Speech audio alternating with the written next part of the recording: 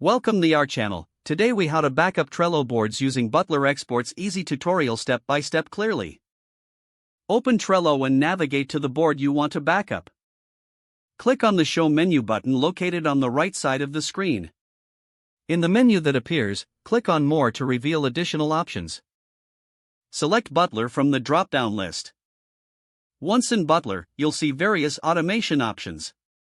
Look for the section labeled Export. Click on Export to begin the backup process. A new window will pop up, showing different export options.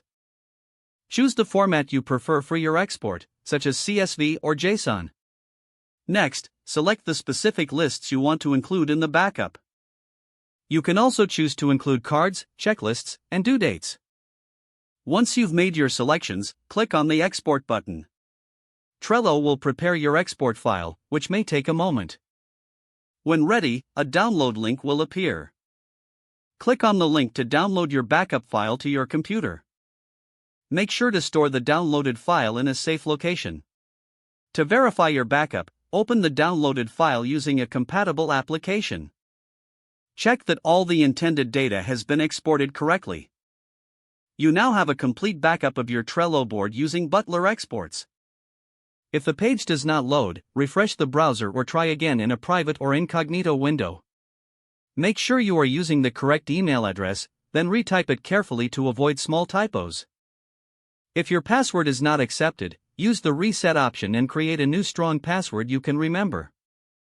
Check your spam folder for verification or security emails, then complete any requested confirmation steps.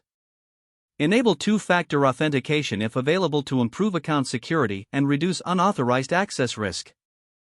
After signing in, review your profile details so your contact information and settings are accurate and current. If you see an error message, note it down and try again after restarting your device and internet connection. Log out when you finish, especially on shared devices, to keep your account and payment information secure. If the page does not load, refresh the browser or try again in a private or incognito window. Make sure you are using the correct email address, then retype it carefully to avoid small typos.